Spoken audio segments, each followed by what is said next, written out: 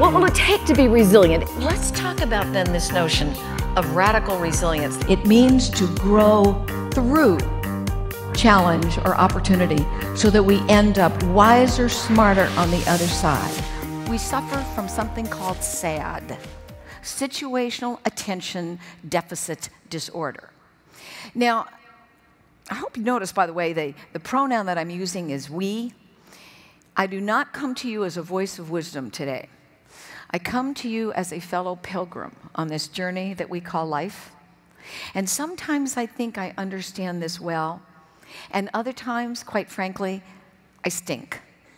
And my husband says, Eileen, read your book. So as I'm talking out loud to you, I'm talking out loud to myself. And so when I think of this suffering, this ailment called S.A.D., I'm going to describe some of the symptoms.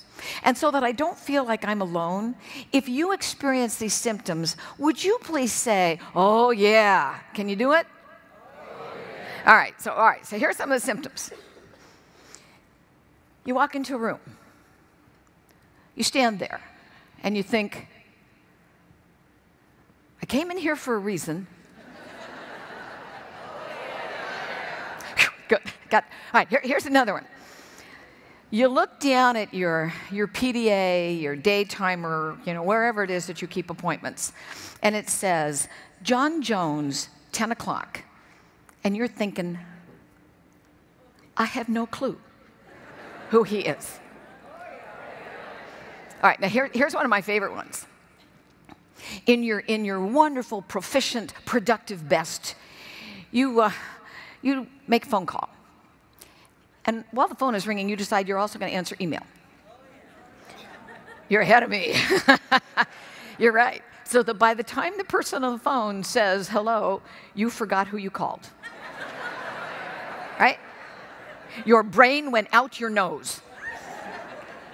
That's a pretty sight, isn't it? But you know what? This is multitasking at its absolute worst, and we do it all the time. The first research that was done on this actually came from the University of London, and they're continuing to track this, that when we try to multitask that way, particularly because you're asking your brain to do a bunch of different things. You got a visual component that's going here, you have the words that you're going to type here, then you also have the auditory side here. You lose as much temporarily as 10 points of IQ trying to do that. That is as much as if you had sat there and smoked a joint. So the next time you feel tempted to do this, just pretend, go, I'm not going to do this.